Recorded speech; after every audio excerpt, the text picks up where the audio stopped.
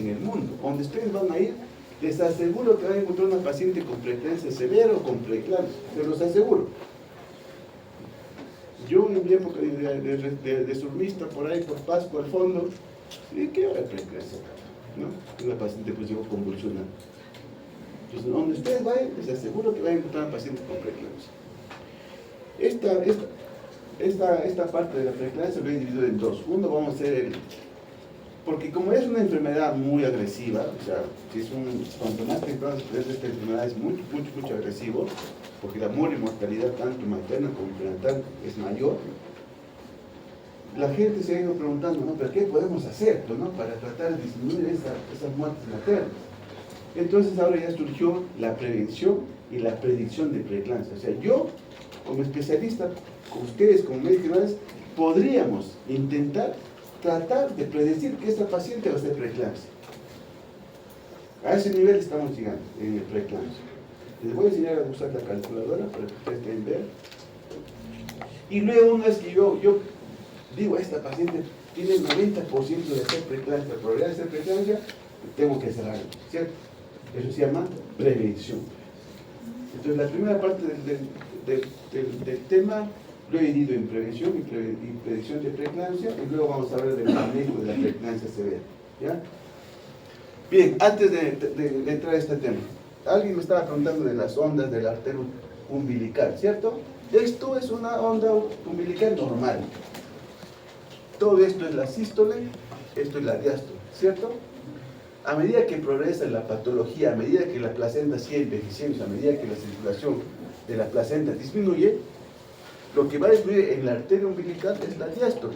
Miren ustedes, acá está la diástole. En este gráfico, ¿cómo está la diástole? Casi llegando a la línea basal, ¿cierto? Acá ya no hay diástole, diástole obsceno. Y acá, diástole reversa, ¿cierto? Tipo 1, tipo 2, tipo 3. ¿Cierto? Esa es la clasificación de agresivo. ¿Ya? ¿Más o menos entendido así? ¿Sí? Ahora sí.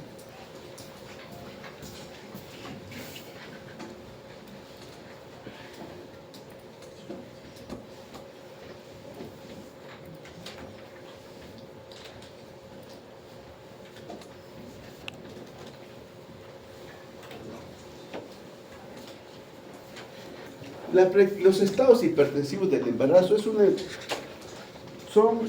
enfermedad sistémica, porque no solamente va a afectar al bebito y a la placenta, sino va más allá, ¿cierto? Antes, en mi época, cuando yo era así como ustedes estudiantes, decían, preeclampsia es cuando tiene 140-90 y proteinuria. O sea, si no había proteinuria, no era preeclampsia. Ahora ya se sabe que puede o no puede haber proteinuria, porque la proteinuria es ondulante. Significa que yo hoy día le puedo hacer la proteinuria 24 horas y sale positivo, quizá mañana le vuelvo a repetir y va a salir negativo. ¿Me dejo entender? Por eso, ahora ya es presión arterial mayor de 140-90 o igual a 140-90 y o proteinuria y o daño de órgano blanco, ¿cierto? Esa es la definición actual de preeclampsia, ¿sí? Entonces, necesitamos dos presiones, dice la literatura, ¿no? Con diferencia de 4 horas, ¿cierto? O sea, no es una presión y es el diagnóstico, ¿no? Son dos, diferencia de 4 horas, si persiste mayor o igual a 190, eso es, ¿hasta ahí qué sería? Si solamente 140-90, ¿hasta ahí qué sería? Hipertensión gestacional, esa es la definición. Mayor de 22 semanas, hipertensión. Si a eso se agrega la proteinuria, ya sería preeclampsia. Pero si no hay proteinuria, pero hay daño de órgano blanco, ya sería preeclampsia, ¿cierto? También lo podemos dividir preeclampsia temprana como preeclampsia tardía. Acá el punto de corte no es 32, sino es 34, ¿sí? Actualmente ya sabemos que hay un índice también, no sé si ustedes han escuchado, índice de creatinina con, ¿se acuerdan? Proteína. Creatinina, cuando el índice es mayor o igual de 0.3, también se considera como índice o como diagnóstico de preeclampsia. O sea, quiere decir que puede ser proteinuria 24 horas o solamente el índice. Cualquiera de los dos nos ayuda a hacer el diagnóstico de preeclampsia, ¿cierto?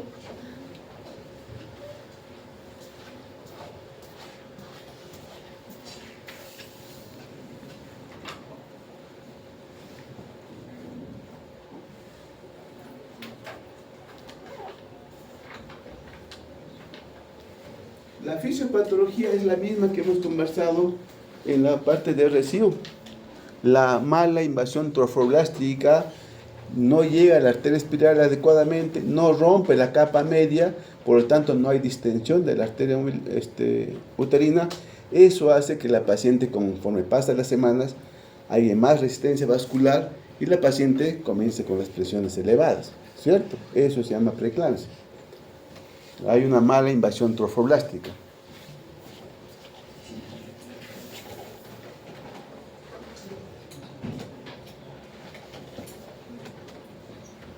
Entonces, como toda patología, hay factores de riesgo, ¿cierto?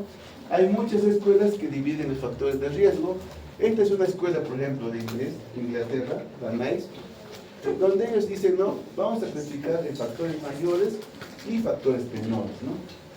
¿Para qué está hecho esto? ¿Para qué está hecho esto? Porque si tú estás en tu serum no vas a, quizás no tengas ecógrafo, que solamente si vas a tener factores menores, vas a buscar los antecedentes de la paciente y vas a tener tu tensión, ¿cierto?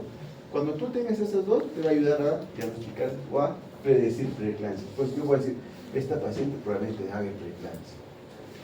Por ejemplo, si la paciente en su embarazo anterior ha hecho preeclampsia, ese antecedente es importantísimo. Cuanto más temprano, no tanto es la severidad, sino más bien la aparición de la preeclampsia. Cuanto más temprano aparece la preeclampsia, es más probable que la preeclampsia aparezca en el siguiente embarazo. Para que me entiendan, si tengo dos pacientes que han hecho preeclampsia a las 28 semanas, la probabilidad que ellas hagan preeclampsia en el siguiente embarazo es 50%. O sea, de cada dos mujeres que hacen preeclampsia a las 28 semanas, una de ellas en el siguiente embarazo va a ser preeclampsia. Entonces, siempre es importante saber a qué semana ha hecho la preeclampsia la paciente. Ya les digo, cuanto más temprano, la probabilidad que vuelva a aparecer la preeclampsia en el siguiente embarazo es mayor. No tanto es la severidad, sino es el tiempo en que apareció la preeclampsia. La otra patología que también está incluida en los factores mayores es la insuficiencia renal crónica, las enfermedades autoinmunes, en este caso el lupus, el ES y el SAF, ¿cierto? No la R, por ejemplo, más bien la R, más bien ayuda, ¿no? Si ustedes han visto a pacientes con R, disminuye la inmunidad y los pacientes se sienten más tranquilos. La diabetes tipo 2 y la hipertensión arterial crónica. Los ingleses consideran esto como factores mayores. Los factores menores, bueno, ya lo que ustedes ven. ¿Cuál es la idea de esto? Que si yo encuentro, dicen los ingleses, yo encuentro uno de estos factores mayores, más o menos yo podría detectar un 39% de preeclampsia en prematuros y un 34% de preeclampsias que hacen al término. Eso, solamente, miren, solamente cuando yo encuentro esos factores de riesgo. No estoy hablando de otra cosa. ¿Me dejo entender? Entonces, en tu cabecita tienen que tener estos factores. Si no, ¿cómo vas a buscar los factores de riesgo? ¿Me dejo entender? Entonces, en tu cabecita tiene que estar. Esto es el modelo NICE. Esto es el modelo del colegio americano. El colegio americano lo divide ya no en dos, sino en tres. Alto, moderado y bajo. El colegio NICE dice, uno de esos que tú encontraste, podrías empezar aspirina. Esa es la ventaja de esto. El ACOG, el colegio americano, lo divide en tres, ¿no es cierto? Alto, otra vez, que tenga antecedentes de preeclampsia. La paciente tiene antecedentes de preeclampsia es un factor muy importante. Que haya un embarazo doble o triple. Igual que tenga hipertensión crónica, que tenga diabetes, enfermedad renal o autoinmune, en este caso lupus y SAF, ¿cierto? Eso dice alto. ¿Por qué es importante? Porque basta que yo encuentre uno de estos factores considerados como alto, yo puedo empezar aspirina. ¿Sí? Moderados. Nulíparos, o sea, primer hijito, RIMC más de 30, historia familiar de preeclampsia, o sea, quizás la mamá ha tenido preeclampsia, o la hermana. Pues siempre hay que preguntar, señora, ¿su mamá ha tenido preeclampsia? Sí. O la hermana, ¿tiene hermanas que ha tenido hijitos? ¿Y cómo ha hecho preeclampsia? Sí, doctor. Ah, ya tienes un factor. ¿Cierto? Raza negra o latina. bajo estatus socioeconómico, eso básicamente está referido a que al acceso de los servicios de salud, ¿no? Edad mayor de 35 años y periodo genético más de 10 años. Entonces, eso lo consideran ellos como moderados. ¿Por qué es importante? Porque si tú encuentras dos factores moderados, dicen los americanos que tú puedes empezar aspirina. Eso es la diferencia entre el NICE y la COG. El NICE solamente considera los altos y bajos, esto considera una clasificación mucho más minuciosa. ¿Cuál es la ventaja de esto? Teóricamente, si tú encuentras un factor alto o eso, dice que podrías más o menos diagnosticar 90% de preeclampsias prematuras y 88% de preeclampsias a término. Esa es la gran. Podrías modificar el curso clínico de esas pacientes.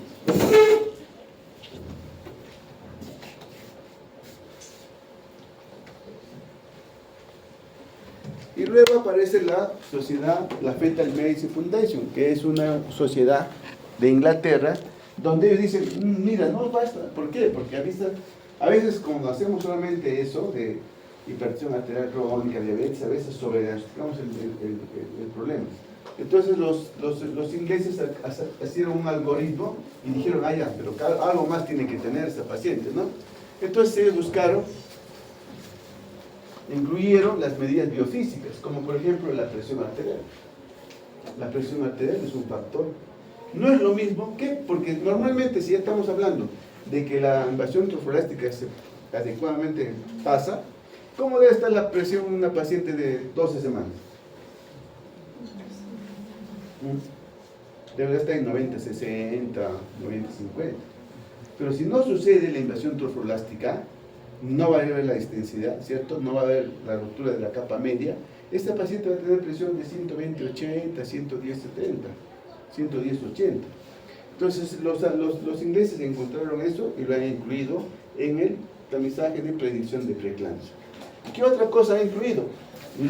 El IP de la arteria umbilical, que es muy importante o ayuda para la predicción de la preeclampsia.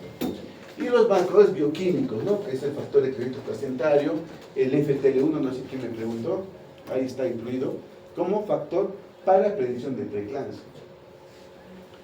Entonces es muy importante que ustedes sepan tomar la presión arterial. Si no lo sabemos usar, vamos a complicar a la paciente. Listo, hasta ahí. Todos agarren su celular. Ingresen a Medicina Fetal de Barcelona.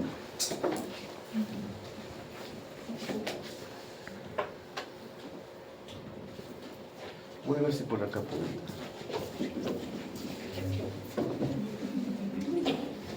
¿Ingresaron? ¿Sí? Busque calculadora.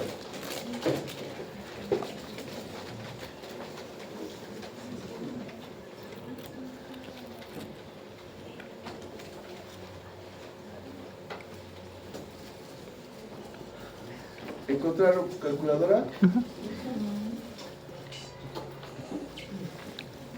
Y esto está hecho para predicción de preeclampsia. Ingresen, nos dice preeclampsia primer trimestre. ¿Ingresaron? ¿Sí? ¿Ingresaron? Sí. Sigan, por favor. Eso es importante porque eso les va a ayudar en la vida diaria. Así como le he pasado lo de Concepción, igualito. Miren. ¿Qué factores ellos incluyen? Incluyen factores epidemiológicos. Si es nulípara, si tienen ciencia. A ver, ¿cuál es tu nombre? Atiende, por favor. ¿No? Ya, atiéndelo. Mira la pantalla. Nulípara, si tiene hijito o no tiene hijito, si tiene antecedente de preeclampsia, si es una hipertensa crónica, si tiene un antecedente de enfermedad renal, o si es del grupo étnico, ¿no? Que como hemos dicho hace ratito, también influye, ¿cierto? Luego, este app nos pide la edad de la paciente, cuánto pesa, cuánto mide. Se supone que esto se hace en el primer control, en el primer trimestre. Se hace entre las 11 a 13.6 semanas, ¿cierto? Para eso está hecho esta calculadora, ¿ya? Aprovechamos la ecografía genética que se hace a las 11 o 12 semanas para hacer también esto de predicción de preeclampsia. ¿Qué más nos da? Mira, nos pide longitud coronal del embrioncito, factores placentarios, nosotros no, si es que está presente, la presión sistólica y la presión diastólica, y nos pide el IP de la arteria uterina. Llenamos esos datos y ustedes van a dar cuenta, nos van a dar el riesgo que tiene la paciente para hacer preeclampsia. Entonces, vamos a llenar, ¿ya? A ver, digamos que la paciente sea su primer hijito, ¿ya? Ya, primero digamos que todo no tenga nada y acá vamos a poner, pues, que es latina, ¿cierto? ¿Sí? Pues deja de comer, pues atiende. Esto no es un cine. Edad, digamos que la paciente tenga 25 años. Para que no altere, digamos que la paciente tenga en talla 160 centímetros, ¿ya? Y su peso que sea 60. ¿Estamos de acuerdo? Listo. Ya, y longitud coronal, vamos a decir que está con 70 milímetros. Perdón, 70 milímetros. Acá vamos a poner el 1. Ya, mira, vamos a, solamente para que ustedes vean qué importante es tomar la presión a la paciente adecuadamente, correctamente. Vamos a poner que tenga presión de 90-60, ¿sí? ¿Ya? ¿Sí? Y vamos a poner que su IP de la arteria umbilical, la arteria uterina, sea 1, para que no modifiquen nada. Entonces vamos a poder calcular. ¿Cuánto sale el riesgo? 1.1. ¿Sabes por qué sale 1? Porque acá nosotros hemos puesto 1.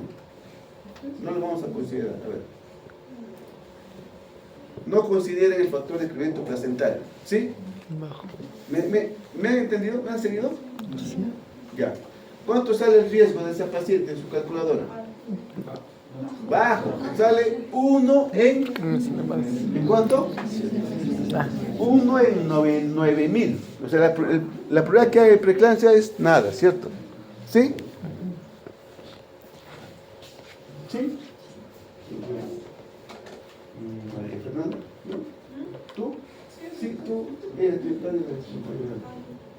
¿Qué pasó? Ya, el factor de crecimiento placentario no pongas nada. ¿Sí? ¿Cuánto te sale? 3, Ya, ¿cuánto? 9.000. Ya, listo. ¿Ahí vieron? ¿Sí? Ya, ahora mira, vamos a ver solamente cuando la presión está elevada. Cuando la paciente no ha hecho la invasión trofulástica adecuada, el déficit de invasión trofulástica no ha roto la capa media, todo eso, miren, mira, de 1 en 9.000 vas a ver en cuánto baja. Mira, yo le voy a poner acá de presión, vamos a poner 120-80, ¿ya?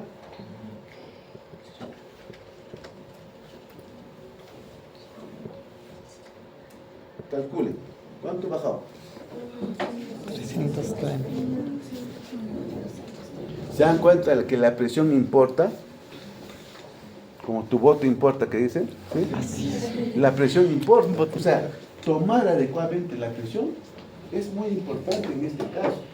Vean ustedes, de 1 en 9.000 ha bajado de 1 a 300.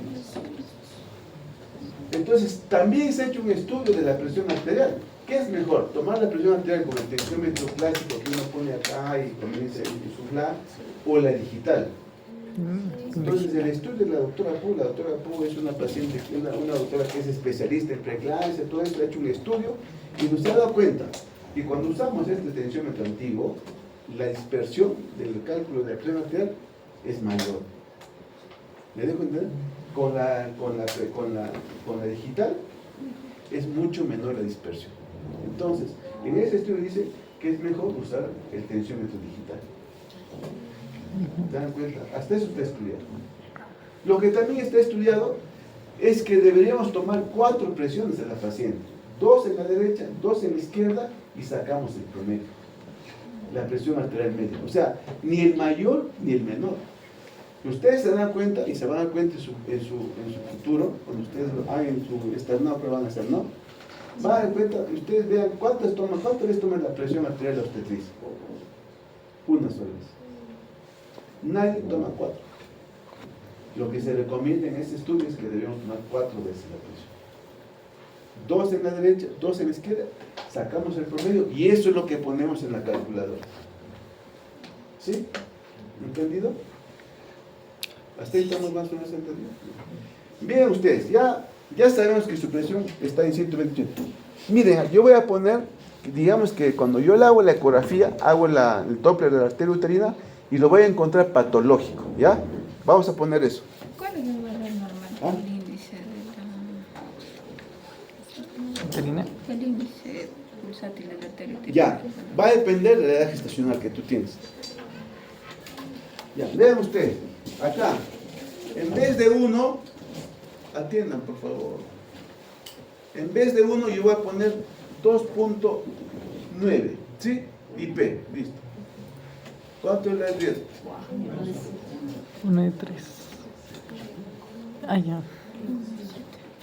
¿Sí? ¿Pusieron? 2.9. ¿Cuál es el riesgo? 1 de 7. 1 en 7. Cuando está por debajo de 1 en 100, esa paciente tiene que recibir aspirina. Para eso está hecho esta calculadora. ¿Alguna pregunta hasta ahí?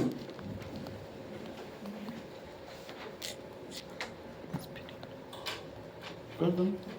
¿Cuánto días? ¿Cuál es tu nombre? Pavel. Pavel. ¿Alguna pregunta? ¿Entendieron el uso de la calculadora? ¿Sí? ¿Cuánto de aspirina se le ha dado? Ya, ahorita les decimos eso. Lo que quiero es que ustedes aprendan a manejar esta app, que les va a ayudar para la vida personal también. Las chicas, cuando se embarazan, todo eso, también les va a ayudar a hacer esto. ¿Sí? Mira, ahora vamos a jugar con otro número. Vamos a jugar con el antecedente que la paciente ha tenido preeclampsia en su embarazo anterior. ¿Ya? A ver, vamos a borrar 2.9 y vamos a poner 1. ¿Ya? Listo. Ponen ustedes acá. Antecedentes de preeclampsia, sí ponen. ¿Ya? Y calculen. ¿Cuánto sale? 1 en 500. 1 en 159. 1 en 159. Entonces es importante preguntarle a la paciente sus antecedentes. Solo con sus antecedentes también ayuda a disminuir. Mira, de 1 en 9000 ha bajado a 1 en 150.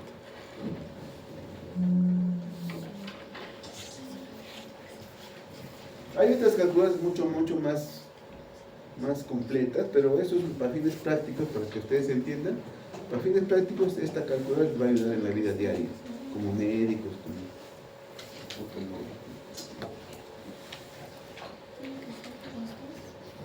¿Alguna pregunta está ahí?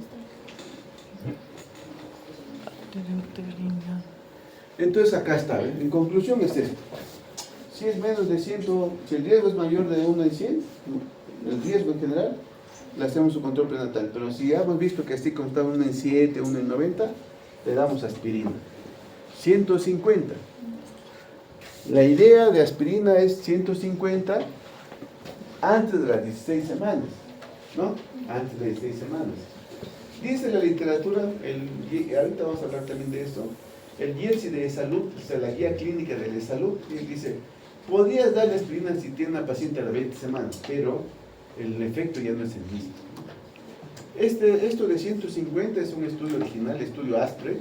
La aspirina hace años se usaba, pero no había un estudio, como el año 2017 salió este estudio ASPRE, cuando ellos comenzaron a usar 150 aspirina. Cuando ellos comenzaron a usar, tenían mejor resultado con 150.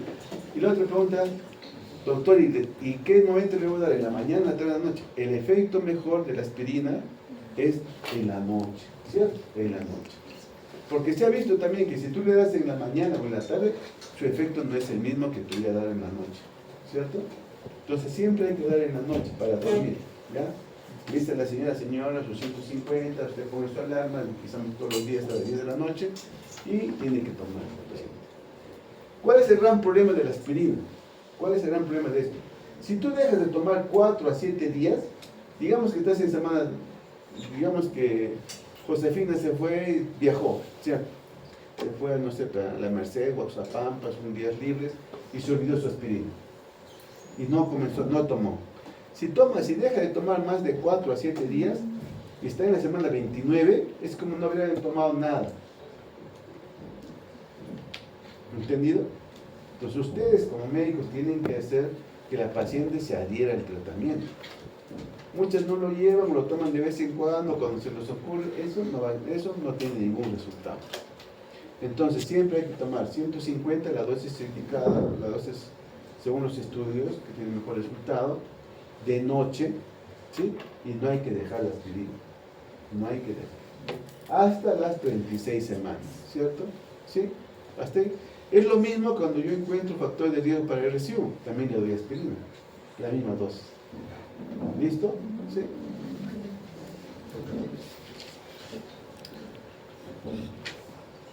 Algo Doctor, entonces empiezo a las 12 semanas. Claro, la idea es que empiece menos de las 16 semanas. Y continúa hasta las 36. Hasta las 36 semanas. Claro, si ya a las 32 semanas el paciente hace preeclampsia, ya lo suspende, pues no tiene sentido, ¿no? Porque se supone que esto es para prevenir. Pues ya apareció, ya no le voy a asistir con aspirina. Ya.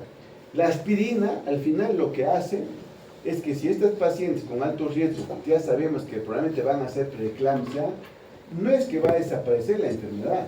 Lo que va a hacer es que si la preeclampsia estaba determinada a aparecer las 28 semanas, lo que va a hacer es prolongar un poco más las semanas de aparición de la preeclampsia. Ya ustedes saben que la edad gestacional de una paciente cuenta. No es lo mismo una paciente de 28 semanas que una paciente de 24 semanas, ¿cierto?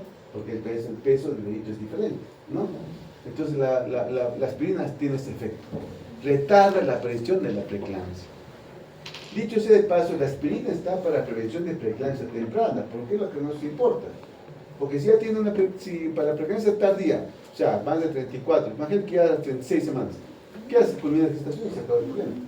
Pero si la preeclampsia aparece a las 28 semanas, ahí es un problema. Entonces esto de la aspirina está básicamente indicado, o está el efecto mayor, es para los pacientes que no hay preeclampsia temprana, ¿cierto? ¿Sí?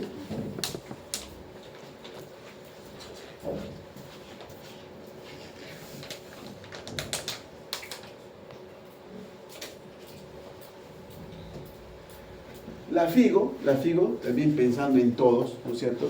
Porque hay lugares, aunque ustedes no crean, que no hay licor.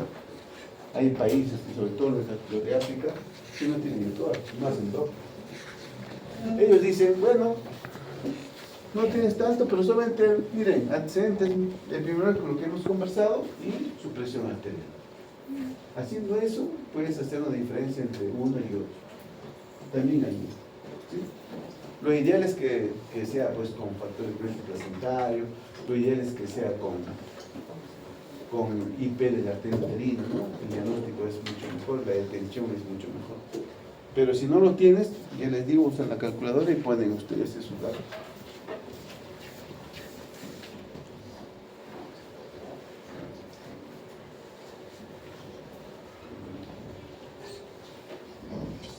Ahora, pues, a veces la paciente no es que solamente es una gestante, ¿no? Hay pacientes que tienen, como decían ustedes primero, quizá tienen diabetes, quizá tienen lupus, quizá tienen SAD, quizá tienen hipertensión crónica, ¿no es cierto? Entonces todo eso se incluye en los riesgos que acabamos de conversar en la prevención de la preeclampsia, porque ya sabemos que una paciente ¿cuál es una paciente que tiene riesgo metabólico? ¿Cuál sería? Una paciente, por ejemplo, con SOP, ¿no? Con síndrome de ovario poliquístico. Es una paciente que tiene riesgo metabólico, ¿no? Porque depende con síndrome de ovario poliquístico hacen hipertensión arterial, hacen diabetes, hacen infarto miocardio, ¿cierto? Entonces esa paciente, por ejemplo, por ejemplo, la escuela mexicana, ellos han hecho sus propios factores de predicción. Ellos han agregado lo que hemos hablado de factores mayores, intermedios. Ellos han agregado, por ejemplo, el ovario poliquístico. Porque en México el ovario poliquístico es determinante en las mujeres. La incidencia es alta. Entonces ellos se han dado cuenta que las pacientes también con ovario poliquístico hacen preeclampsia en México. Entonces ellos incluyen al ovario poliquístico como riesgo metabólico para hacer preeclampsia.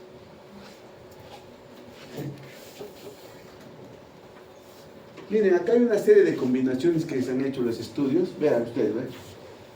Si solamente yo encuentro factores maternos, solamente busco factores maternos, la tasa de detección en preeclampsia menos de 34 semanas es 29. Para menos de 37 es 59 y para preeclampsia del mayor de 37 es 100%. Si yo hago factores maternos más presión arterial, vean ustedes, la tasa de detección o la tasa de detección para preeclampsia menos de 34, 65%. Para preeclampsia menos de 37, 49%. Y para preeclampsia tardía, 38%. O sea, de uno de tres. 30% de la tasa de detección, ¿no? Casi como el Papá Nicolau. Pero vean ustedes, si yo le agrego factores maternos, o sea, todo lo que hemos conversado, factores epidemiológicos, más el IP de la arteria umbilical, yo para preeclampsia temprana puedo detectar 73%. O sea, de 100 mujeres que van a hacer preeclampsia, yo voy a detectar a 77. Es alto, ¿no? Para preeclampsia menos de 37, 62, y más de 37, 31%. Por eso que esto no sirve tanto para preeclampsia tardía, sino para preeclampsia temprana. Y si yo junto factores maternos, más presión arterial, más arteria uterina, la tasa de detección para preeclampsia temprana llega a 88%. Es alto, ¿cierto? Y si yo junto, mira, factores maternos, presión arterial, arteria umbilical y factor de crecimiento placentario, que es uno puede dosar, en nuestro Perú todavía no se hace, ¿llego a cuánto? A 90%. ¿Es alto o no es alto? Es alto. O sea, sí puedo yo tratar de prevenir la preeclampsia. Pero lamentablemente no lo hacemos. En nuestro Perú, esta parte de la medicina estamos en pañales, gateándole, ¿sí? En otros países, como España, por ejemplo, no hay ni una gestante que no pase por un médico de medicina fetal, por un médico que hay detención de preeclampsia. Todas las gestantes, todas, absolutamente todas, pasan a las 12 semanas por el cribado de preeclampsia. La paciente da referido, le toma su presión, factores de riesgo, le hacen el IP de la arteria umbilical, le dosa factores de crecimiento placentario y todo, y listo. La paciente sabemos si es que va a hacer o no va a hacer preeclampsia. Si es que el riesgo es más de 1 en 100, le doy su aspirina. Nosotros acá todavía estamos en el hospital, en la parte privada sí, casi a todas las hacemos, ¿cierto? No es un gran problema. Entonces sí ayuda, ¿ves? Es importante, pero la pregunta sería, ¿por qué no lo hacemos, no? ¿Por qué en nuestro país siguen muriendo las pacientes de preeclampsia? ¿Por qué todos los años hay 40, 80 pacientes de Perú que fallecen por preeclampsia? ¿Por qué no estamos haciendo esto? Porque vean ustedes, mira, llegamos a 90% de detección de preeclampsia. O sea, de 100 mujeres que van a hacer preeclampsia antes de las 34 semanas, nosotros podríamos detectar a 90%. Alto, ¿cierto? Pero no lo hacemos. Y esto no es de ahora. Esto ha salido más o menos el 2016-17. Ya pasó, vamos a llegar a 10 años. Pero en nuestro país no lo hacemos. ¿Hasta ahí alguna pregunta? Miren, solamente quisiera otra vez insistir en esto. Si yo hago factores maternos, como el que acabamos de conversar ya, o sea, pacientes que tienen que diabetes, insuficiencia renal crónica, lupus, SAD, dobles, antecedentes de que tienen una paciente con antecedentes obstétricos como preeclampsia anterior, ¿cierto? O IMC, factores intermedios, obesas, primer hijito, ¿cierto? Los factores de riesgo. Factores de riesgo, intermedio, moderado, lo que ustedes han visto ya. Mire, con solamente hacer esos dos, y ustedes estos dos lo pueden hacer en su cerebro, ¿cierto? ¿Cuánto van a detectar? 65%. Es alto, más que un Papá Nicolau. ¿Sí? Esto es lo más importante. Y esto es lo más importante. Menos de 34 semanas. 65% ustedes podrían detectar. Sin hacer otra cosa. Solamente en su cabecita. O si no, usando su calculadora que les acabo de enseñar.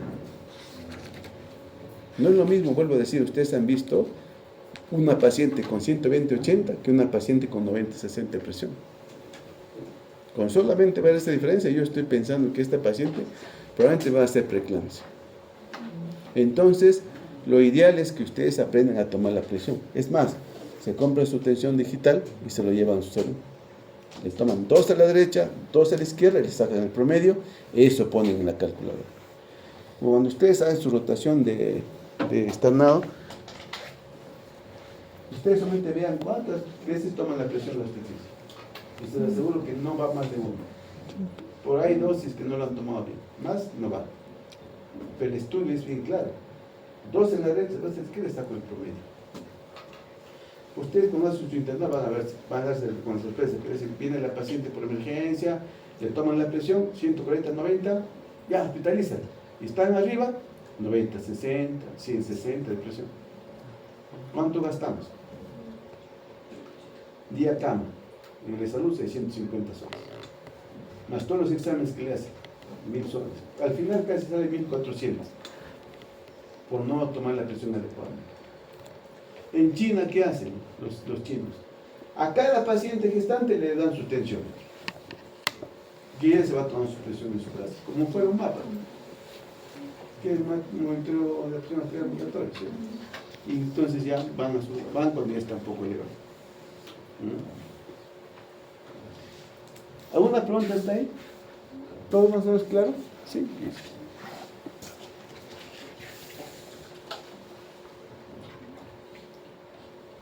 Ahora, como los tiempos están avanzando, ya han incluido la arteria oftálmica como también predictor de preeclampsia. Pero el gran problema de esto es que no lo hacemos a las 10-12 semanas. Recién la alteración de la función de la arteria oftálmica es a partir de las 20-22 semanas. ¿Por qué es importante esto? Lo de la detección temprana. Porque cuando tú detectas a esta paciente a las 11-12 semanas, vas a poder actuar, ¿cierto? Pero si tú actúas eso a las 20 semanas, difícilmente vas a poder ver. Lo único que vas a hacer es quizás decirle, mire señora, el riesgo que usted hace preeclampsia es mayor, así que vamos a tener que verlo más frecuentemente, ¿me dejo entender? Para que detectes más tempranamente la preeclampsia. Pero no vas a poder alterar el curso clínico de la enfermedad, como si lo hacemos cuando estamos en 2 o 13 semanas. La arteria oftálmica ayuda, pero no ayuda como para predicción, ayuda como para seguimiento.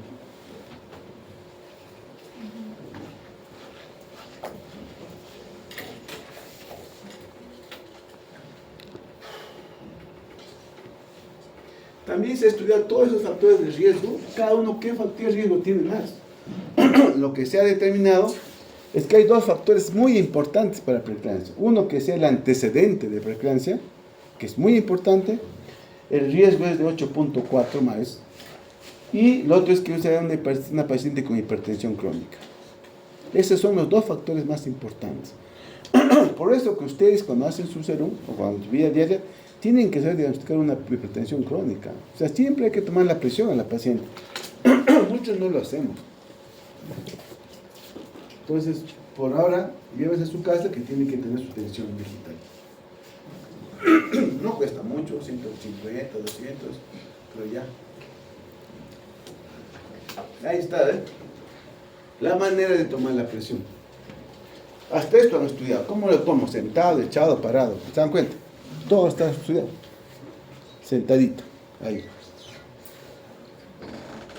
Los brazos a la altura del corazón. Ya ustedes saben eso, ¿cierto? Esa es la manera de tomar la presión. ¿Ya? Doctor, el promedio de las 4 mediciones, ¿cómo es? ¿Nos podría dar un ejemplo? No problema. O sea, las históricas, ¿cuánto sumas? O sea, sumo todas las históricas. Lo sumas, le divides entre 4, divido. las históricas entre 4, y eso es tu presión. Ya. Sumo todas las Sí. El promedio. ¿Sí? Doctor, para considerar preeclampsia tiene que estar más de 140. Mayor o igual a 140. ¿Los 2 o puede ser un Cualquiera de los dos. Puede ser, por ejemplo, 130-90. Debería estar en 90. O puede ser al revés, 140-80. Debería estar en 140. ¿Sí?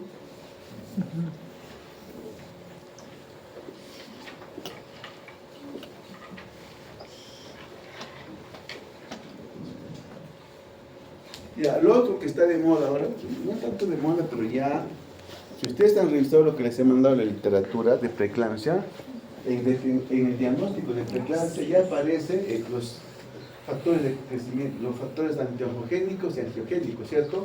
El factor de crecimiento placentario, ¿qué es? ¿Es angiogénico o antiongogénico? Angiogénico. El FTL1 es antiongogénico, ¿cierto? ¿Por qué es importante? Miren ustedes, aquí estamos llegando ya.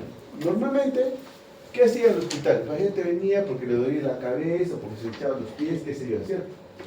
Entonces tú le hacías su estudio, le tomabas la proteinuria o el índice de proteína y creatinina, le pedías sus marcadores, ¿cierto? Y le monitoreaba la presión, entonces ya no es preeclampsia, ya es una presión gestacional o es una paciente con un pico normal de su casa, ¿cierto? Ahora yo ya puedo saber que esta paciente va a ser o no preeclampsia. Entonces uso este índice. En otro lugar, el índice de STFL1 con factor de crecimiento placentario. Si ese índice está por debajo de 38, ¿qué dice? ¿Qué dice? ¿Qué se debe hacer? ¿Ya? Significa que esa paciente no va a ser preeclampsia. Se descarta la preeclampsia. Así estamos en otros lugares. Sé que en un momento en nuestro país llegará, pero ya yo puedo decir, esta paciente, entonces ya no la hospitalizo, pues. O sea, me viene con 140-90, le mide sus dos factores, si está menos de 130, menos de 38, señora, a su casa, tranquilo, no va a pasar nada. Dentro de 4 semanas, yo estoy seguro que no va a ser preeclampsia. Porque el valor predictivo negativo es 95%, es elevado. Entonces yo le digo, señora, anda a su casita tranquila, yo estoy seguro que esta paciente no va a ser preeclampsia. A ese nivel está en otros países. Entonces ya no lo hospitalizo, porque si lo hospitalizaría, monitoreo fetal, hago ecografía, índice de cuánto me cuesta el día de hospitalización, porque cada paciente que está en promedio de 2 a 3 días en el seguro. O sea, 1.400 por 3, 4.200 que podríamos ahorrar. ¿Cuánto cuesta el dosaje de cada uno? Más o menos 600 horas. ¿Valía la pena? Valía la pena. Y sobre todo la paciente está tranquila, que esté en su casita, con su familia. Que no es lo mismo estar en el hospital, ¿sí? Si está entre el promedio entre 38, 85 o 38, 110, le hago seguimiento cada 2 semanas, que probablemente la paciente cada 2 semanas va a aparecer la preeclampsia. Si está el alto, el mayor de 85 y menor de 110, le hago seguimiento cada 2 días, porque probablemente esta paciente en 2 o 3 días va a ser preeclampsia. Mira aquí hemos llegado, o sea, yo ya puedo determinar que esta paciente, si tiene ese mayor de 85, yo puedo decir que esta paciente de acá a 2, 3, 4 días va a ser preeclampsia. Sin necesidad de tomar los demás marcadores, ¿ah? Comentamos más de índice, nada más. Y si es mayor de 650, esa paciente hoy día o mañana tiene que acabar la gestación. Porque dice acá, complicaciones y resolución a corto plazo. Esa paciente, si tú no lo acabas, va a convulsionar, va a hacer ruptura hepática, o ACV, o lo que ustedes quieran, o edema agudo de pulmón, lo que ustedes quieran. ¿Sí? En otro lugar está en ese nivel. En nuestro nivel, realizamos monitoreo de presión, creatinina, plaquetas, esas cosas, ¿no? 2 o 3 días. En otro país, solamente detectan esto, esos dosajes. Menos de, lo más importante acá, pues menos de 38, señora, a su casita tranquila. Yo estoy seguro que en 4 semanas no va a pasar nada. Si es más de 655, esta paciente, hoy día o mañana lo acabo la gestación. Le pongo su corticoide y para que lo opere. Se acabó. En eso estamos a ese nivel, en otro lugar. ¿Sí? Interesante, ¿no? Algún día podemos sacar, sí. Cuando uno de ustedes sea pues, gerente o presidente de la República, ¿no? Si la DINA es el presidente. Esperemos.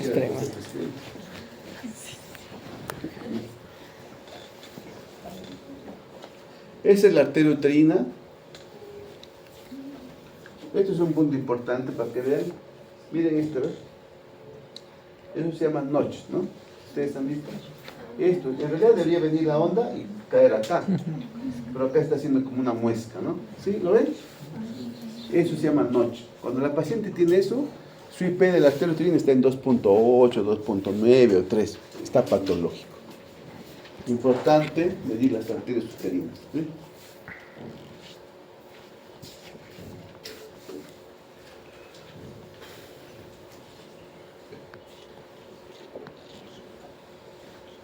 Con solamente yo medir la arteria uterina, sin hacer otra cosa, detecto 48% de los pacientes. Por eso es importante medir la arteria uterina.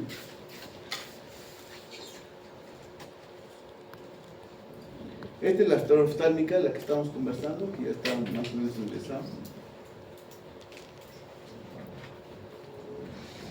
¿Y cuál es lo que tenemos que hacer? ¿Cuál es el objetivo final? Es ver cuántos riesgos tiene la paciente y indicar la aspirina, ¿cierto? ¿Alguna pregunta hasta ahí?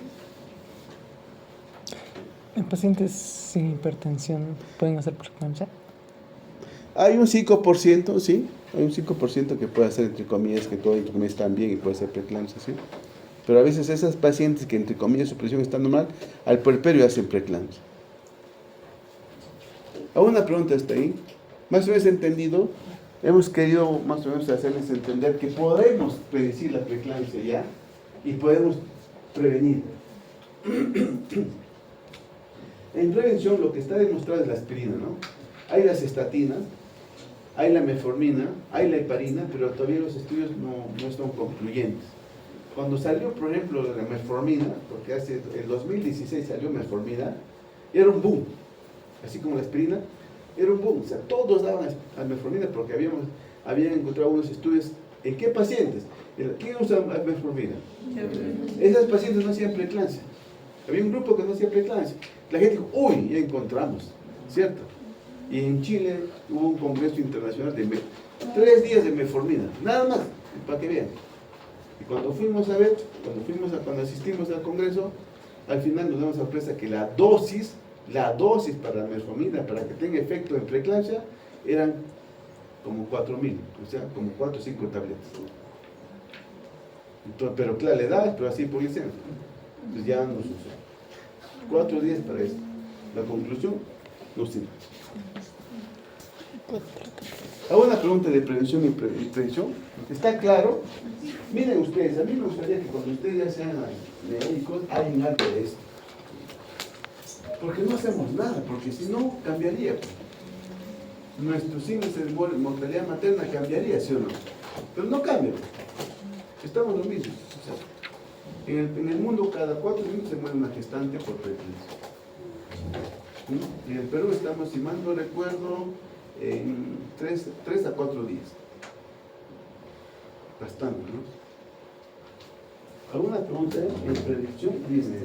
Doctor, recuerdo haber visto un artículo recientemente, no me preocupes, pero justamente que decía que no hay mucha diferencia en usar 81 miligramos de aspirina contra 150, ¿no? Entonces, tal vez en ese artículo resaltaba que para qué darle tanto si con 80 no hay mucha diferencia, logras el mismo objetivo. Sí, eso es una discusión, ¿no? Eso es una discusión que vas a encontrar mucha literatura de eso. Algunos hablan de 100, ¿cierto? Algunos hablan de 65, de 80, algunos hablan del IMC. Si tiene IMC de más de 35, valdría la pena darle más 150. Es una cosa un poco todavía discutida, pero el estudio original, el estudio cuando todo empezó, es el estudio ASPE que indica 150. Así como tú has encontrado, ¿para qué darles 150 si con 80 encontramos? Hay mucha literatura que dice al revés, que es mejor darle 150. Algunos dicen hasta 200, 300, ¿no? Pero al final lo que se ha encontrado es que más de 150 ya no tienen el efecto, o sea, no hay mayor diferencia. Pues sí, eso sí es cierto. ¿O una pregunta? Más o menos entendido. Listo. Entonces, para la casa hay que aprender a tomar la presión. Hay que comprarnos el tensiómetro digital. No estoy haciendo propaganda por si acaso, ¿no? Pero el estudio dice bien claro que hay ustedes que quieren un ejercicio. Tomen la presión a una cierta persona y van a hacer cuenta que nadie va a coincidir. Se los hacen. Entonces hay menor dispersión de la presión con el tensiómetro digital calibrado, por supuesto, ¿no es cierto?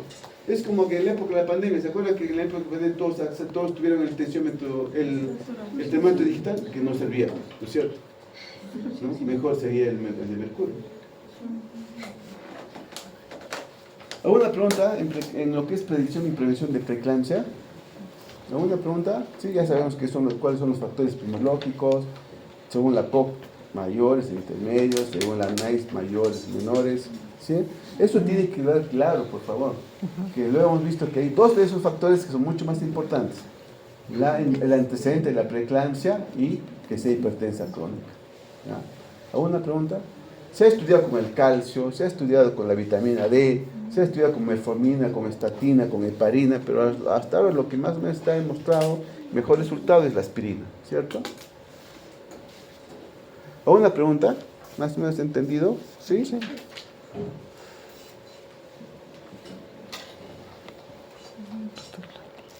Ya.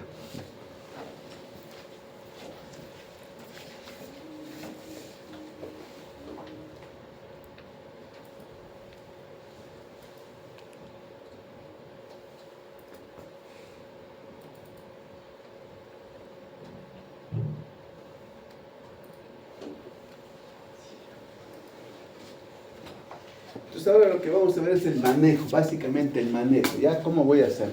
¿Cierto?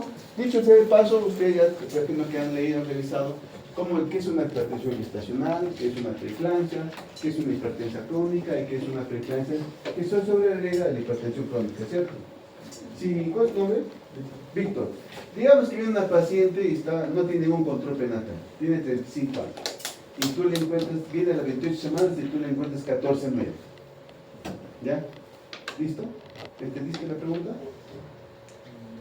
Primer control prenatal, le encuentras, tienes 35 años, le encuentras 14 meses. La pregunta es, ¿cuál es el diagnóstico?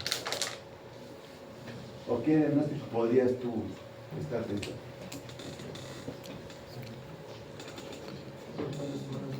¿28 semanas?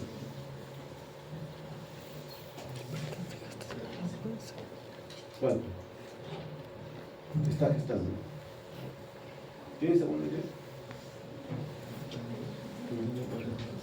Ya, tú podrías decir, sí, claro, es una gestante que tiene más de 20 semanas, 22 semanas.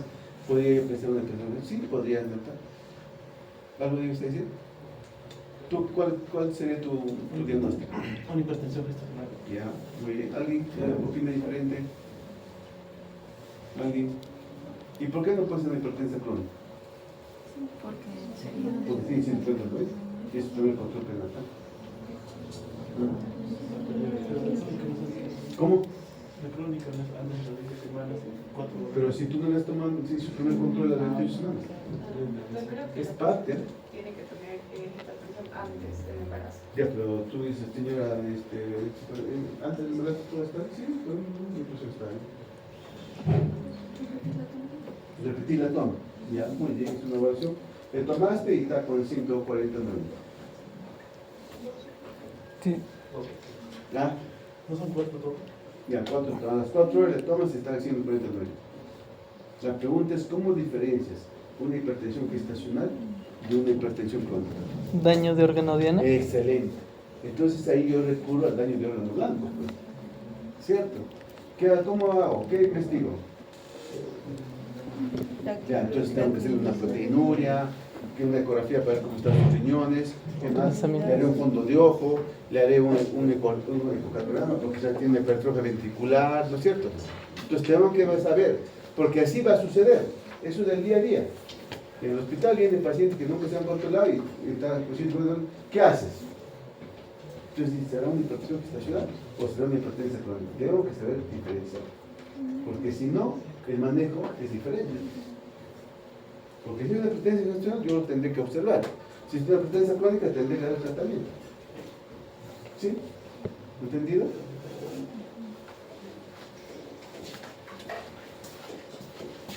Ya. Entonces tú estás en tu cero. ¿Cuál es tu nombre? Perdón, disculpa. Ángela, digamos que tú estás en tu cero. Ya, chévere. Estás ahí con las vecinas, estás haciendo tu vida social, ahí, relajándote por tus 7 años que has estudiado. Y viene una paciente a las 2 de la mañana y encuentra 180, 120. ¿Sí? ¿Cuál es tu actitud? Tiene 31 semanas.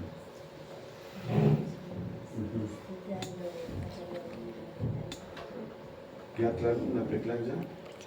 pero no es una preeclampsia. ¿Qué preeclampsia? Hipertensión severa. Es una preeclampsia severa, ¿no es cierto? Porque ya está más de 120, 160, 110, y quizá también está con cefalea, entonces eso está teniendo una preeclampsia severa. Muy bien, ya hiciste tu diagnóstico. Ya. ¿Cuál es el problema?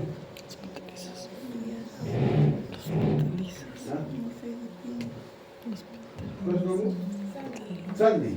Sandy, a ver, ¿cuál es tu manejo?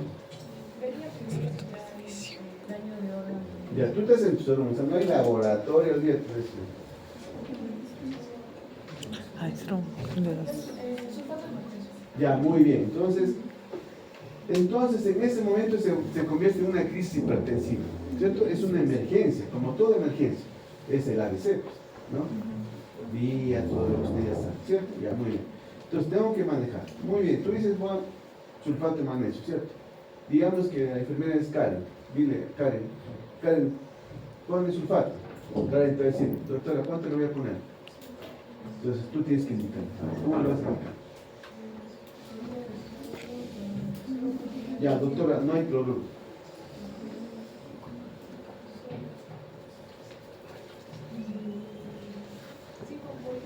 No, María Fernanda, ¿no?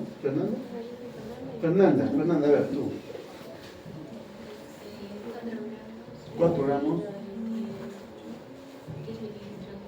4 gramos en 10 mililitros, ¿ya?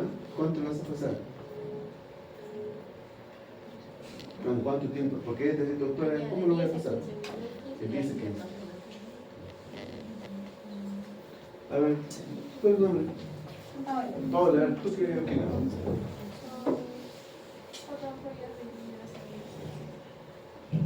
¿Y cada ampolla cuántos gramos tiene? 10, ¿no? Cada ampolla tiene 2 gramos de sulfato. La ampolla tiene 10 mililitros al 20%, por lo tanto, cada ampolla tiene 10 gramos. A ver, vamos a hacer eso. Presta tu pluma. Hazme eso, ¿no? Ahí está. Préstame un papelito, ¿tienes que abordar? A ver, ¿cuál es la tensión, ya?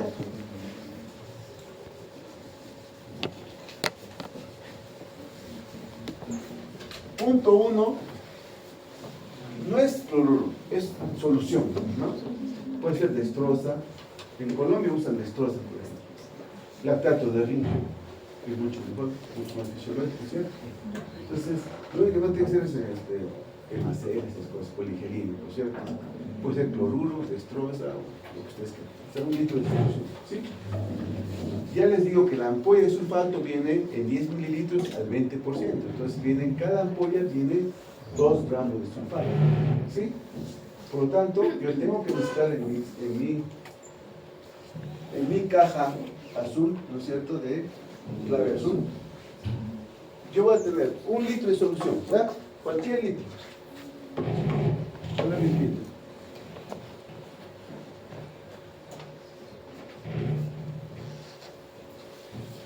Cinco ampollas. ¿Cuánto daría cada ampolla? 2 gramos. ¿Cuánto sería? 10 gramos.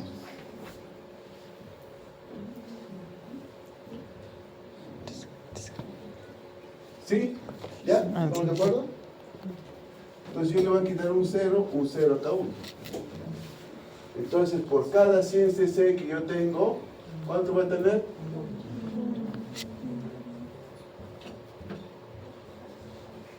1 gramo de sulfato, ¿cierto? Entonces, ahí está, si va, y suspan, ¿cómo le voy a pasar, no? Entonces, en el salud, por ejemplo, usamos suspan. ¿Qué dice suspan? Dosis de ataque, ¿no? Dosis de ataque. ¿Cuánto es la dosis de ataque? 4 gramos. 4 gramos, ¿cierto? Por lo tanto, ¿cuántos de cc le voy a pasar? 400. 400 cc, porque yo sé que por cada 100 de solución hay 1 gramo. Le paso 400 en 20 minutos, ¿cierto? 15 a 20, pues, ¿no? 20 minutos, ¿sí? ¿Estamos de acuerdo hasta ahí? No necesitas bomba de infusión, no necesitas nada. Lo único que necesitas es que estés al lado de tu paciente.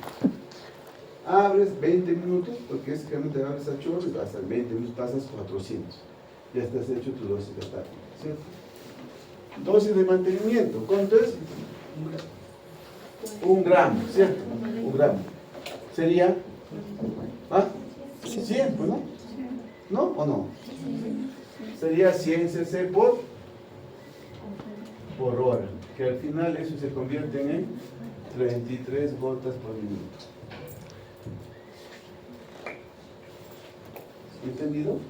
Fácil, ¿no? No necesitas equipo de conductor, bomba de infusión. Entonces, solo no vas a tener esas cosas. Acá en la salud es un lujo, ¿no? ¿Alguna pregunta? ¿Han entendido ustedes? ¿Sí? ¿Volvemos a repetir o está claro? Mire, esto es el manejo del sulfato de magnesio. Eso es lo que ustedes tienen que hacer. Cuando viene una paciente por emergencia, no se desesperen en transferir a la paciente. Porque la mayoría, ya, no, doctor, tengo una paciente complicada. Pero estabilízalo. ¿De qué vale que lo mandes? Si el camino convulsiona, el camino hace edema agudo de pulmón, qué sé yo. Lo primero, estabilizo a la paciente. ¿Hasta ahí entendido? O repetimos. Sean sinceros. Repetimos. Ya tengo una duda. Lo que necesitas es 1 litro de solución, o sea, 1000 cc, ya sea de cloruro, de dextrosa, de lactato de orina. ¿Hasta ahí estamos de acuerdo? Sí. Porque que tal dice, doctor, no hay cloruro. Yo no podemos llorar, ¿cierto? Buscamos soluciones. Entonces, ¿ya tiene dextrosa? Sí, ya listo. ¿Hay lactato de orina? Sí, listo. 1000 cc. Mi ampollita es de 10 mililitros que viene al 20%, por cada ampolla viene 2 gramos, ¿cierto? ¿Cuántas ampollas necesito? 5 ampollas, porque 5 por 2 es 10, ¿cierto? Listo. Entonces, por cada 1000 cc, yo voy a tener 10 gramos de sulfatos. Quito un 0 a cada uno, entonces digo, por cada 100 cc voy a tener 1 gramo de sulfato, ¿cierto? Entonces, dosis de ataque, 4 gramos. ¿Cuánto le voy a pasar? 400 en 20 minutos. Eso es la dosis de ataque. ¿Listo? Pasó la dosis de ataque, hago dosis de mantenimiento. ¿Cuánto es la dosis de mantenimiento? 1 gramo por hora, ¿cierto? La dosis de mantenimiento es 1 gramo por hora. Pero yo sé que en mi solución, por cada 100 hay 1 gramo, ¿cierto? Y al final esto lo convierto a gotas, sale 33 gotas por minuto. ¿Hasta ahí entendido? ¿Sí? Sí. Listo. Si tú eres cachucito, no voy a usar Sibay. Allá tú usas Sibay, ¿no? Sibay, ¿qué dice? Dosis de ataque, ¿cuánto es? 6 gramos. Por lo tanto, ¿cuánto voy a pasar? 600. Dosis de mantenimiento, ¿cuánto es? 2 gramos. Entonces ya no va a ser 33, será 66. ¿Listo? ¿Entendido? Eso que se quede en su cabecita, ¿ya? Para siempre. ¿Entendido o repetido? ¿Sí? ¿Entendido? Sí. Sí, que solo se está un poco. Es María 10 Fernanda. mililitros. ¿Sí? 10 minutos. ¿Entendido? Sí, listo. Tiene ¿Entendido? 2 gramos. O repetir, no dude, por favor, porque esto salva vidas. A veces, mira, hace como unos 3 años pasó esto. De un lugar X, transfirieron a la paciente y no había sulfato. En su posta no había sulfato. El paciente llegó, hizo edema agudo del pulmón. Y me dejaron agudo del pulmón, es bien tranca, la paciente falleció. En otro lugar, por el sur, mandaron a la paciente sin sulfato. La paciente hizo eclampsia, convulsionó en el camino.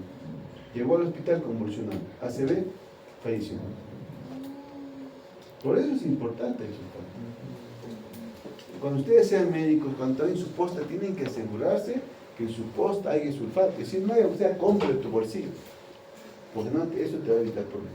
¿Hasta ahí estamos de acuerdo? ¿Estamos de acuerdo con cómo se maneja el sulfato? Fácil, ¿cierto? No es difícil. Porque la enfermera te va a preguntar, doctor, ¿cómo lo voy a usar? Muchas horas. No, tiene que estar preparado. Pregunta de examen también es eso, ¿no? ¿Claro? ¿Sí? Sí. Entonces, para su casa, no necesita cloruro. Es un litro de solución. Si hay destroza. Si hay lactato líquido, no hay ningún problema. 1000 cc, necesitas un cloruro nomás, no necesitas más tampoco. Porque ya les digo que para que demore pasar esto, va a tardar más o menos 6 o 8 horas. Con eso ya está referido. Listo. Entonces ya sabemos manejar el sulfato de magnesio. Ahora vamos a manejar el difilipino, porque se supone que vas a tener que bajar la presión, ¿sí o no? Porque si está en 100, 180, 120, tú le decías a la enfermera, ¿no?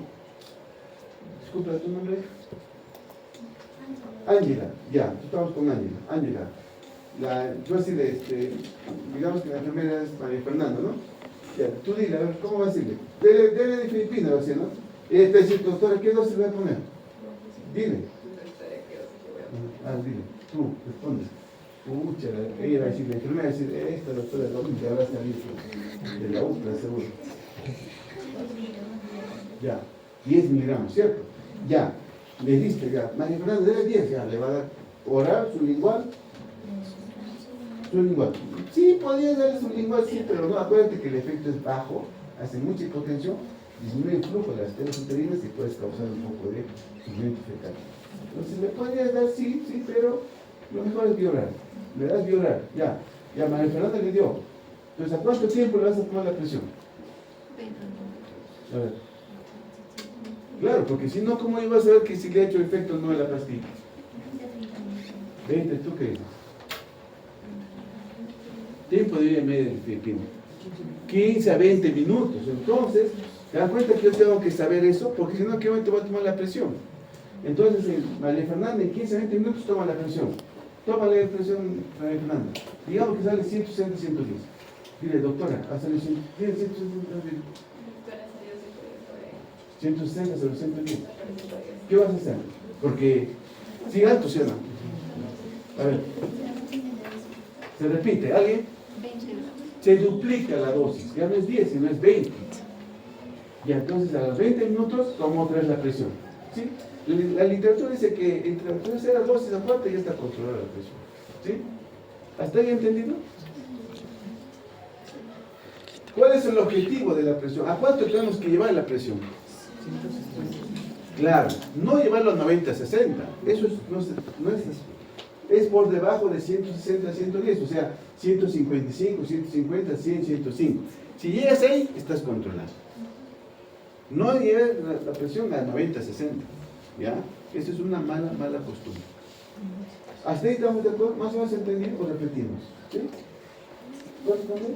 Discúlpame. Diego, ¿más o menos entendido o repetimos? ¿Sí? ¿Alguien? ¿Alguna pregunta? Claro que en otros lugares tú vas a encontrar la betalol, que es de primera línea, ¿no es cierto? En otros lugares hay difilipino endovenoso también, pero los estudios dicen que entre el difilipino endovenoso y oral, el resultado es similar, así que no nos hacemos problema. ¿Hasta ahí alguna pregunta? ¿Alguna pregunta? Dilo, no te preocupes. ¿Alguna duda? Tiene que quedar claro, porque eso es algo, esto, lo que estamos conversando, que salva vidas. Salva vidas. Dime, ¿cuál es tu nombre? Doctor, ¿por qué, o sea, qué diferencia hay entre, por ejemplo, utilizar los sulfatos de magnesio con, por ejemplo, diazepam? Ya, es el efecto, es el efecto. O sea, ¿Cuál es tu nombre? Alexandra pregunta, doctor, ¿por qué no usamos fenitoína o fenobarbital o diazepam? ¿Cierto? El efecto mejor que hemos encontrado, que se ha encontrado, es con sulfato de magnesio. Porque acuérdense ustedes que también el sulfato de magnesio tiene un efecto hipotensor. No es mucho, es más o menos de 5 a 10 miligramos, por eso que se usa. Salvo que tú le haces el sulfato y te convulsiona, vuelves a repetir lo que hemos conversado con sulfato, vuelve a convulsionar, ahí sí está indicado el diazepam. Porque también deprime. El sulfato, el diazepam deprime. ¿Alguna pregunta hasta ahí? ¿Más o menos entendido? Sí. Entonces, cuando la paciente viene por emergencia, está con 190, 120, no se asusten, tranquilo, yo estoy en la continental, me han enseñado eso. ¿Verdad, licenciada? Esto es un trabajo en equipo, o sea, ustedes saben que clave rojo, clave azul, ¿no? Entonces hay uno que lidera, está la enfermera, la obstetriz, la técnica. ¿Quién activa la clave azul? ¿Quién activa? Jalao. ¿Quién activa? El que identifica, cualquiera. Si qué tal está pasando el vigilante y ve que está sangrando la necesidad, activa. No te ríes, es cierto, te cuento.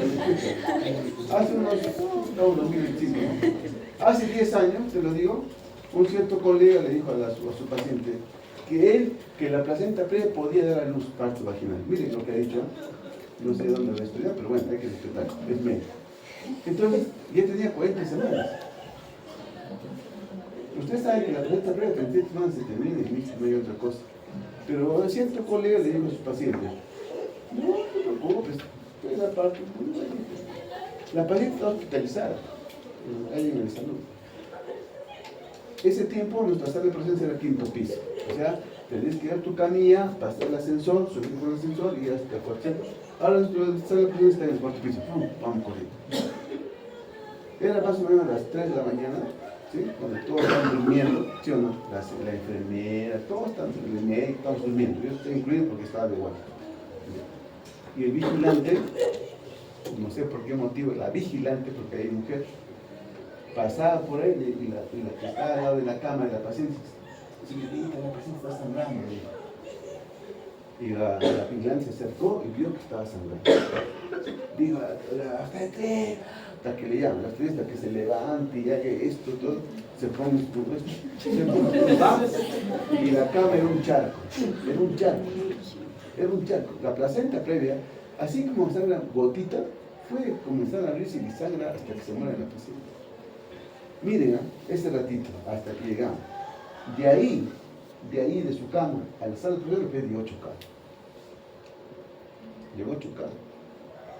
Casi muerto. Si no por este solo que hizo lo que tenía que hacer. Y se va como operar. Entonces, ¿quién activó la clave? La vigilante. ¿De acuerdo? Felizmente, por buena suerte, la paciente pasaba ahí.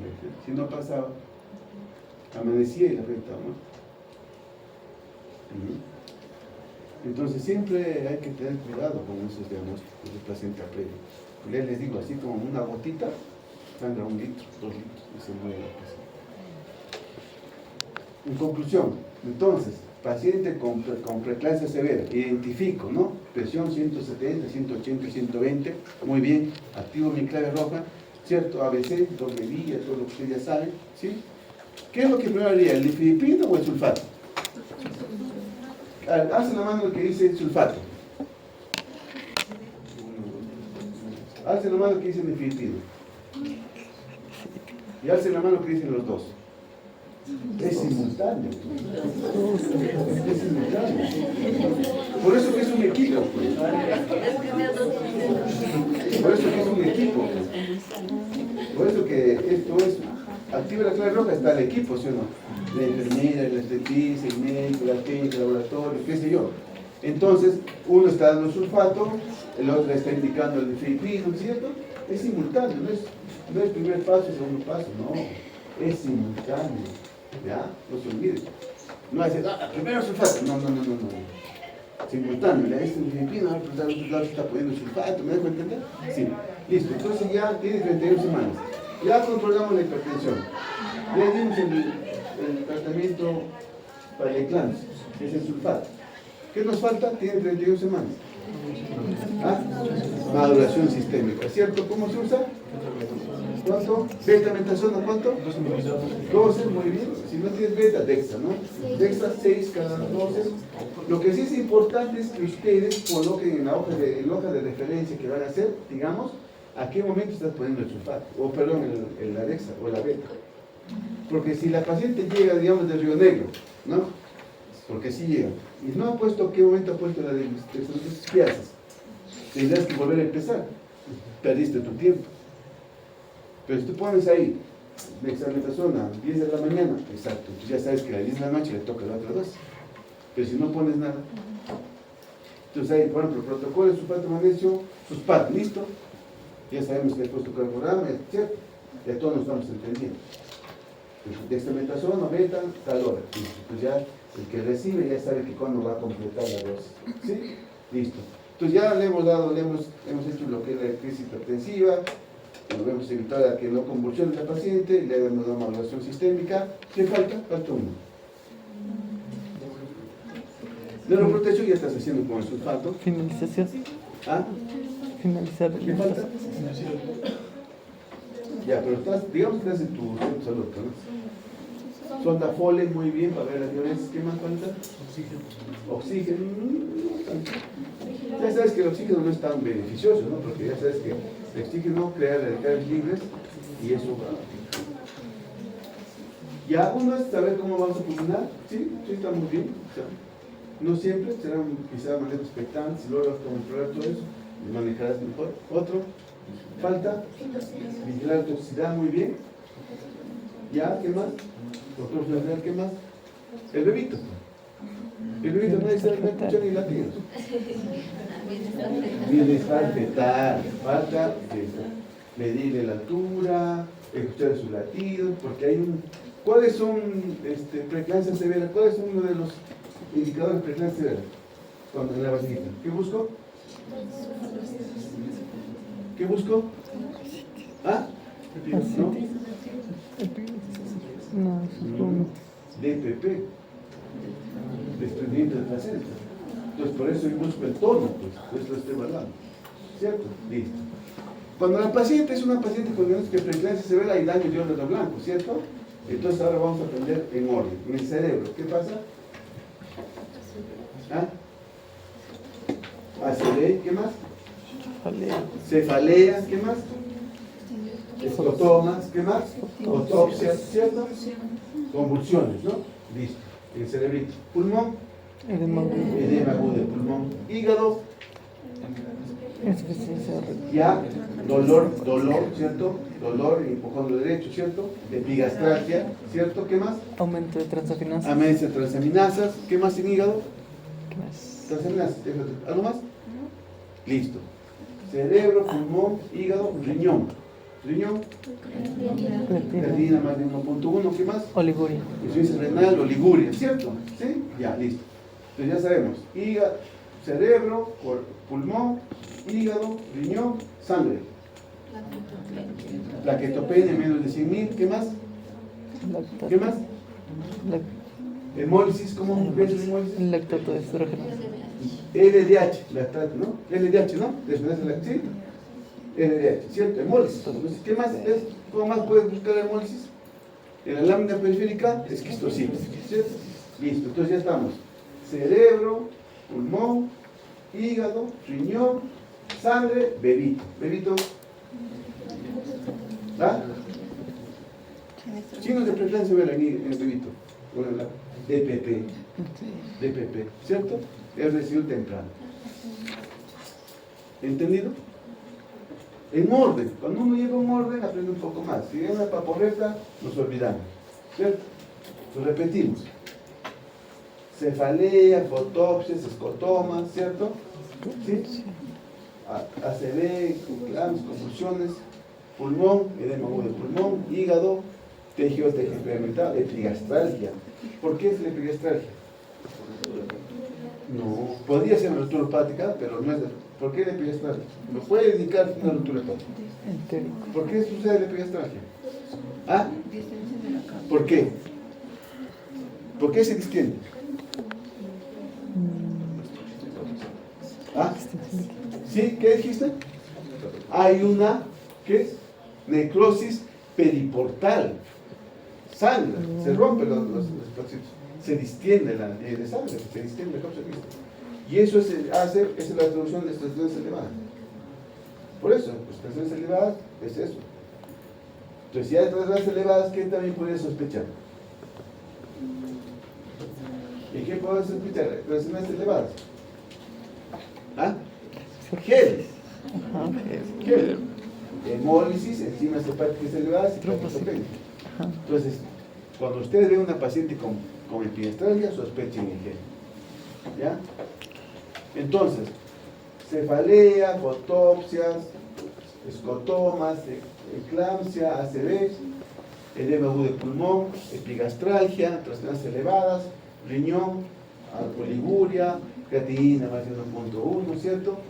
Sangre, plaquetopenia, LDH mayor de 700, esquistocitos, hemólisis, ¿cierto? Bebito, DPP y residuo. En orden. Listo. ¿Alguna pregunta?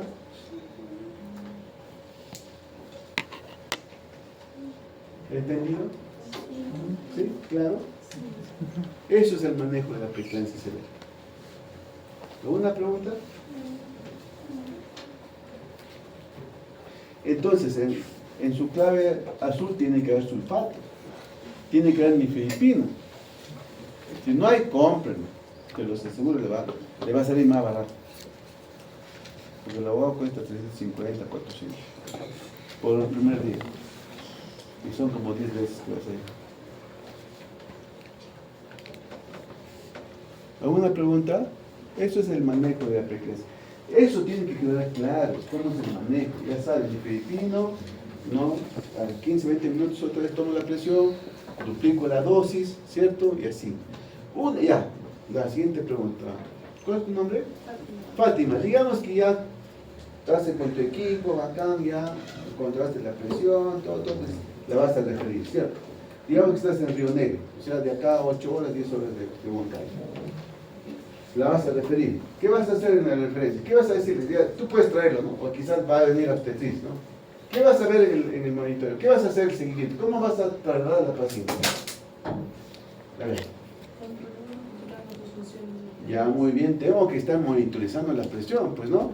Su función vital, ¿cierto? Muy bien. ¿Qué más? Asegurarte que las vías estén permeables. Asegurarte que el sulfato esté pasando, ¿cierto? ¿Qué más? Controlar la presión arterial, ¿cierto? Digamos que ya estás en el camino, digamos, estás saliendo de Río Negro, ya estás en Tarma, ya, para llegar a Tarma. Y tomas la presión 180, 120. ¿Qué haces? La misma que hemos conversado, lo mismo. 10 miligramos, después le tomamos la presión, 20, ¿sí? ¿Me dejo entender? ¿Sí? ¿Sí? O sea, no es que ya, llévatela. No. En el camino hay que estar monitorizando al paciente, hay que estar tocando el abdomen para que no se convierta esas cosas. Igual, vuelve a subir, hacemos lo que hemos conversado. Lo otro que es, si es muy lejos ya, envío oral en horario, ¿no? Ahí ya usamos el nifedipino en larga duración, el de 30. Le damos una tableta y vamos controlando. ¿Alguna pregunta hasta ahí? ¿Más o menos claro? ¿Sí? ¿Entendido? Sí. Entonces no se olviden del sulfato, no se olviden que es una emergencia, como cualquier otra emergencia, el ADC, ¿cierto? No se olviden del manejo del nifedipino. Ya les digo que la clave azul, clave roja, todo en su salud, tiene que estar al día con medicamentos actualizados, todas esas cosas, porque si no, vamos a tener problemas. Y la culpa siempre lo tiene el médico, acuérdense. Y la obstetrina, el médico es el responsable.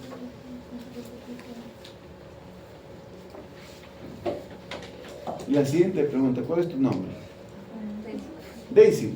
Digamos que tú estás en tu salón ahí, el cumpleaños de tu enfermera, estás cantando Happy Birthday, toda esa cosa, y toca la puerta y la paciente lo trae en una frazada y está convulsionando.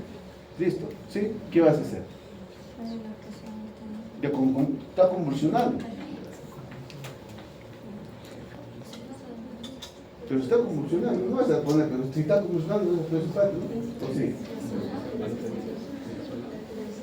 ¿Qué me interesa en ese momento? Que no se aspire, pues, ¿no? Que no se aspire, ¿no es cierto? ¿Cierto? Entonces, ¿no? Lado izquierdo, ¿cierto? ¿No? ¿Por qué lado izquierdo?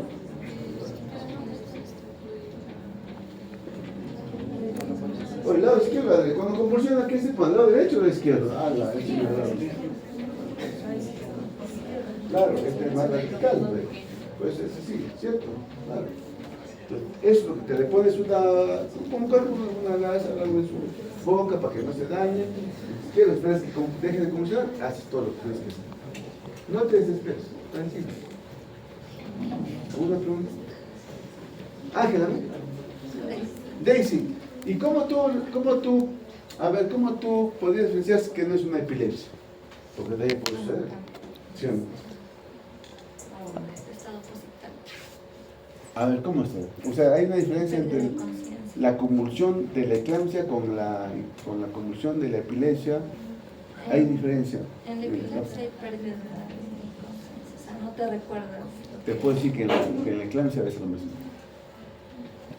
Pregúntale al familiar si tenía Preguntarle al familiar del antecedente. ¿Qué tal? Dice, no, ese no es epiléptico, ¿para qué es sulfato? Es que ha sucedido, te lo digo. Sucedió en mi hospital. La obstetricia, pum. Y la mamá, es epiléptica, mi hija. ¡Hala!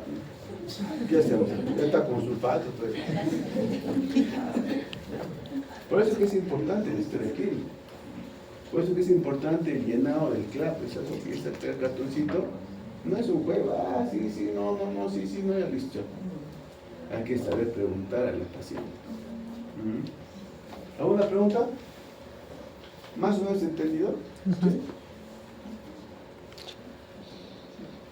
Listo, chicos, les deseo suerte en su vida. Ojalá una vez nos encontremos en el seguro.